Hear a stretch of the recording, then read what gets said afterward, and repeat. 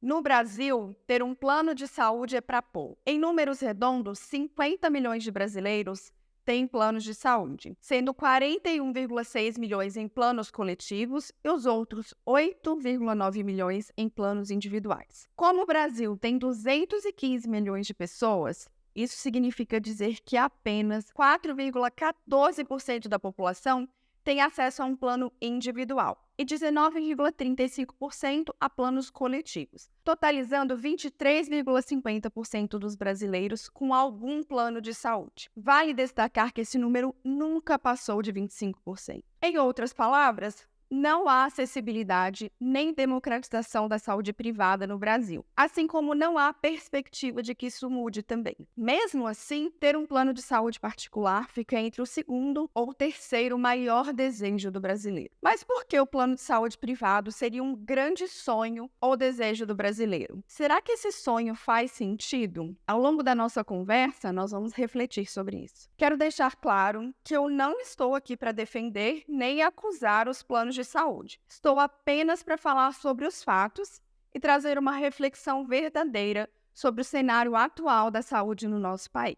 Então, vamos conhecer mais a fundo a realidade das operadoras de saúde, ou seja, dos planos de saúde no nosso país. Com certeza, tem algo muito errado num sistema onde, de um lado, os consumidores reclamam de aumentos nos preços um atrás do outro, da redução da rede médica credenciada e da obstrução das coberturas, e do outro lado, as operadoras de saúde, que é quem presta o serviço e assume todo o risco do negócio, fecharam o ano de 2022 12 bilhões de prejuízo operacional. É no mínimo estranho, concorda comigo? Então vamos entender de perto esse problema. Em 2004, entrou em vigor o Estatuto do Idoso, cujo ponto crucial foi a proibição nos reajustes dos planos de pessoas com mais de 59 anos. Além disso, as operadoras ficaram impossibilitadas de cancelarem contratos individuais. Isso claramente prejudica as operadoras de saúde. Como se não bastasse, a Lei de 1998 retroagiu essas mesmas regras para quem já tinha plano de saúde antes dessa lei. Isso, claro, inviabilizou as operadoras continuarem oferecendo os planos individuais. Porém, isso foi um tiro no pé. Isso porque as carteiras de planos individuais, com tarifas já ultrapassadas para os dias de hoje, nunca mais foram oxigenadas com a entrada de novos clientes mais jovens e saudáveis, por exemplo. E o estoque de clientes envelheceu, fazendo com que os custos explodissem. Segundo as operadoras, desde 2000, os reajustes que a Agência Nacional de Saúde Suplementar concedeu aos planos individuais foram subdimensionados e completamente desalinhados dos reais aumentos dos custos médico-hospitalares. Para contornar um pouco esse prejuízo com os planos individuais, ao longo dos últimos anos, as operadoras lançaram mão de uma estratégia. São os contratos empresariais com pequenas e médias empresas e também com os microempreendedores individuais, os MEIs, que permitem a uma pessoa física abrir a sua própria empresa, até mesmo pela internet, mesmo que ela nunca venha a existir de fato, e celebrar um contrato empresarial com essa operadora, ainda que, por exemplo, ela tenha apenas 2 ou 3 pessoas. Nesses casos, a operadora ela pode unilateralmente rescindir esse contrato ou não renová-lo depois de um ano e ainda seguir a política de reajuste dos planos coletivos e não a dos individuais. Ou seja, na prática, nós temos um sistema que inviabiliza a comercialização sustentável dos planos individuais e assim, dessa forma, as operadoras elas conseguiram driblar um pouco esses prejuízos. Agora, se a gente parar para pensar e questionar por qual motivo uma empresa privada iria suspender uma linha de produtos se os lucros gerados fossem de fato estratosféricos? A resposta é simples, a conta simplesmente não fecha e, aliás, só piora ano a ano. E a verdade é que, se nada for feito, os planos individuais continuarão levando muitas operadoras à falência. Inclusive, 43% delas já têm sérios problemas econômicos e financeiros. Como a sociedade enxerga essa situação? Como uma percepção bem equivocada de que as operadoras de saúde são riquíssimas e abusam dos consumidores e até mesmo dos prestadores médicos. E aí a confusão ela é total. Consumidores querendo o menor índice possível, as operadoras querendo o maior, nada fecha e todos estão infelizes. Mas vamos aos números, já que contra fatos não há argumento, certo? Pode até parecer que não, mas o setor devolve sim em prestação de serviços. Em 2022, foram 1,5 bilhão de atendimentos médicos distribuídos em 235 milhões de consultas, 172 milhões de atendimentos ambulatoriais, 995 milhões de exames, 70 milhões de terapias e 7 milhões de internações hospitalares. Quero reforçar que eu não estou aqui para defender as operadoras, de modo algum. Quero apenas mostrar a realidade de forma imparcial. O rombo das operadoras em 2022 foi muito grande. E agora, em 2023, só está piorando. Vou contar aqui alguns fatores que agravaram ainda mais essa situação. A obrigação de incorporar novos procedimentos e tecnologias médicas muito mais onerosas, algumas até mesmo milionárias. A nova lei do rol de procedimentos médicos cobertos, que abriu o leque de cobertura a níveis imprevisíveis. Novos medicamentos a custos estratosféricos, sem tabelamento ou protocolo médico algum, ou seja, sem critérios ou controles. Uma lei federal que aumentou o piso salarial da enfermagem, o que vai impactar fortemente o custo desse setor. Um julgamento em curso no Supremo Tribunal Federal sobre reajustes de faixa etária, que se as operadoras perderem, elas poderão ter de reembolsar bilhões em retroatividade para os consumidores, marcando então a quebradeira definitiva do setor. Esses são apenas alguns dos exemplos. Claro que não podemos deixar de fora as fraudes. De fato, as fraudes contra as operadoras. Quantos procedimentos médicos, não raro de altíssima complexidade e milionários, são feitos sem a real necessidade médica? Algumas fraudes envolvem consumidor, prestador médico, indústria farmacêutica e advogados que vão à justiça e obtêm liminares.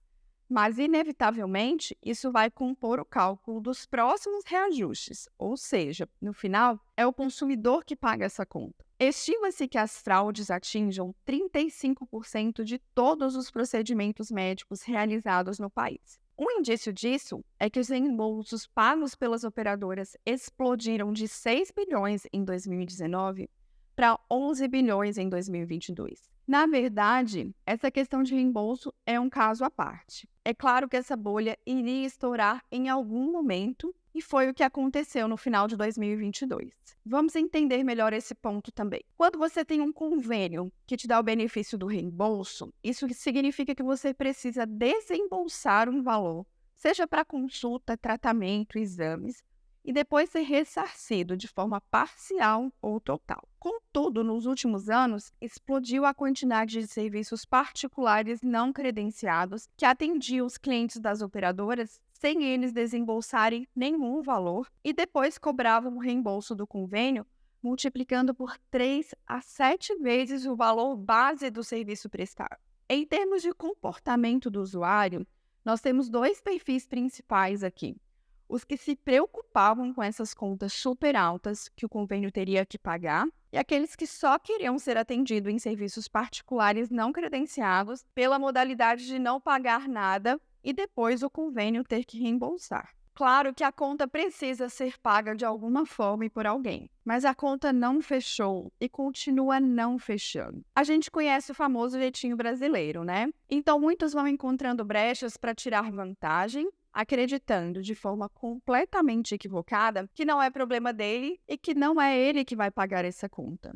Mas isso não é verdade, pois na hora de renovar com a operadora no ano seguinte, a pessoa vai pagar muito mais caro do que pagou nos últimos 2, 3 anos. Todos os problemas acima afetam consideravelmente a lucratividade das operadoras, para não dizer sua sobrevivência, além das suas despesas. Essa tragédia deve se agravar ainda mais. E mais cedo ou mais tarde, essa bomba vai acabar explodindo no colo do governo e da sociedade. É desse cenário quase caótico que surgem os reajustes elevados nos planos coletivos, as negativas de atendimento e os cancelamentos unilaterais, que nada mais são do que tentativas desesperadas das operadoras de sobreviver.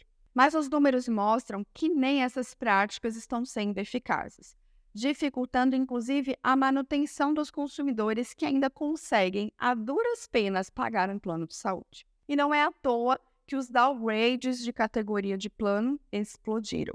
Tá, mas e o SUS? como fica nesse cenário do mercado de saúde no nosso país? No ano passado, a saúde privada gastou R$ 4.100 per capita, ou seja, por pessoa, com a prestação de serviços médicos, enquanto o SUS gastou R$ 867 per capita nos mesmos serviços. Ou seja, a saúde privada custa quase 5 vezes mais que a pública por cabeça. A diferença, além de absurda, é praticamente impossível de ser bancada pelos cofres públicos a qualquer tempo. Segundo o Instituto de Estudos para Políticas de Saúde, o investimento em saúde pública caiu 64% nos últimos 11 anos. Ou seja, o SUS precisa de muito mais dinheiro ou que mais pessoas migrem para a saúde privada por conta própria.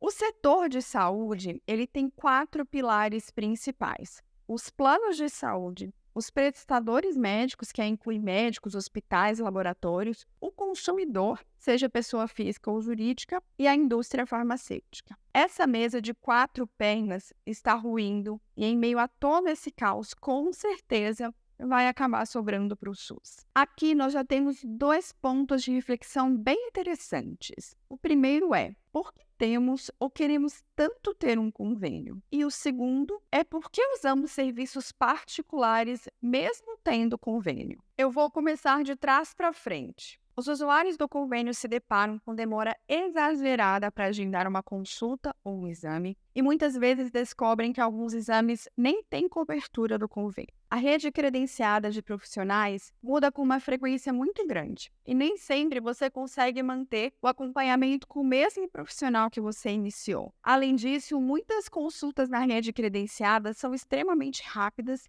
e você não encontra o atendimento adequado que espera. Fora que a ciência avança e alguns profissionais ficam obsoletos por não se atualizar. E quem é que não quer um atendimento diferenciado, personalizado e atualizado? E isso responde à nossa segunda pergunta. É por isso que, mesmo tendo convênio, muitos usuários buscam por atendimentos particulares. E a primeira pergunta, então, que é: por que temos convênio ou queremos ter um? Pelo medo que temos de adoecer e precisar de um serviço de saúde, uma internação ou uma cirurgia, por exemplo. O convênio acaba se assemelhando aos seguros de carro. Muitas vezes pagamos para não usar, mas para ter uma sensação de segurança. Entenda que eu não estou aqui para dizer que devemos cancelar nossos convênios, tá? Não é nada disso. Eu também tenho convênio, mas acabo não usando ele. Poucas pessoas sabem ou têm o entendimento do que eu vou falar agora. Muitas pessoas não utilizam os serviços do SUS, mas todos pagamos por ele. Sempre que pagamos impostos, pagamos também pelo SUS. Dessa forma, ele não é gratuito como a maioria acha que é. Você sempre pagou por ele e nunca usou, ou pagou, mas usou em algumas raríssimas exceções, em raríssimos momentos. Mas o que mais encarece hoje os serviços de saúde é o fato de que a população não conhece e nem entende a importância da prevenção primária. A grande maioria acredita que é uma grande vantagem não ir nunca ao médico, não precisar buscar nenhum tipo de orientação para a sua saúde. E a grande maioria vai evitar até o último momento buscar por qualquer tipo de suporte de saúde. Isso significa que as pessoas já estarão muito doentes e com a saúde muito comprometida quando chegarem aos hospitais ou consultórios. E aí o custo tanto para o SUS quanto para as operadoras de saúde vai ser elevadíssimo para cuidar dessas doenças. A grande verdade é que nós não priorizamos a nossa saúde. Parece contraditório isso, né? Mas é o que acontece. Você já deve ter escutado essa frase que eu vou falar agora: saúde, família, trabalho, não inverta essa ordem. Mas essa ordem, com certeza, está completamente invertida para a maioria das pessoas. Sabe por quê? Porque nós, seres humanos, temos dificuldade em priorizar coisas que realmente importam e, na maioria das vezes, nós vamos ceder aos prazeres momentâneos. Vem comigo que você vai entender. Para cuidar da sua saúde, você vai precisar investir tempo e dinheiro. Mas a verdade é que você prefere investir tanto o seu tempo quanto o seu dinheiro em passeios com a família, viagens, jantares com os amigos, compra no shopping ou na internet. O lazer e a diversão, eles são sim importantes na nossa vida, mas não deveriam nos impedir de priorizar a saúde, pois sem a sua saúde você não trabalha, nem aproveita a sua família e nem mesmo o lazer e a diversão. Mas por que é assim que acontece então? Porque enquanto está tudo aparentemente bem com a sua saúde, você não enxerga a necessidade de fazer algo por ela. E é aí que perdemos a possibilidade de uma saúde de qualidade, com menos adoecimento e menos queda na nossa qualidade de vida com o passar dos anos. Vamos fazer um exercício agora comigo. Feche os olhos, respire fundo. Imagine que hoje você tivesse a oportunidade de encontrar com você mesmo, só que com 80 anos de idade. Quem você gostaria de encontrar? Uma pessoa com mobilidade, com força muscular, sem dores nas articulações, com vigor físico e mental, com boa lucidez, memória e raciocínio, que consiga viver com independência, viajar, aproveitar a família, amigos e netos? Ou uma pessoa acamada, que passa a maior parte dos dias sentada ou deitada, que não se lembra de boa parte das experiências que viveu ao longo da vida, nem se lembra dos conhecimentos que adquiriu, que precisa ser cuidado por alguém da família ou por um cuidador, que está sempre cheio de dores e limitações físicas. Ah, mas eu tenho 30, 40 anos, isso está muito longe. Eu não sinto nada, logo não preciso me preocupar com isso ainda. E é aí que nos enganamos. São as suas escolhas de hoje e os cuidados que você dedica para a sua saúde agora que vão determinar o nível da sua saúde daqui a alguns anos, quando você estiver envelhecendo. Eu tenho certeza que você é uma pessoa que se preocupa sim com o seu futuro, com o futuro da sua família e de pessoas que você ama. Caso não se preocupasse, não teria um convênio ou pelo menos o desejo de ter um. Isso é porque lá no fundo você sabe sim que sem saúde não consegue viver tudo que a sua vida tem para te oferecer. E é aí que entra a Quantum Life e toda a história de transformação que ela traz para a saúde das pessoas no Brasil. A prevenção primária significa você cuidar da sua saúde e não apenas da doença. Já ouviu aquela frase, a prevenção é o melhor remédio? Bem diferente da realidade dos convênios e também do SUS. A Quantum Life nasceu para transformar a forma como você decide priorizar a sua saúde. Hoje, com todo o avanço na medicina e na tecnologia, nós dispomos de várias terapêuticas com evidências clínicas e embasamento científico para cuidar não apenas da doença, mas também e principalmente da saúde. A medicina integrativa, através de tratamentos como soroterapia, ozonioterapia e ortomolecular, tem como objetivo cuidar integralmente de você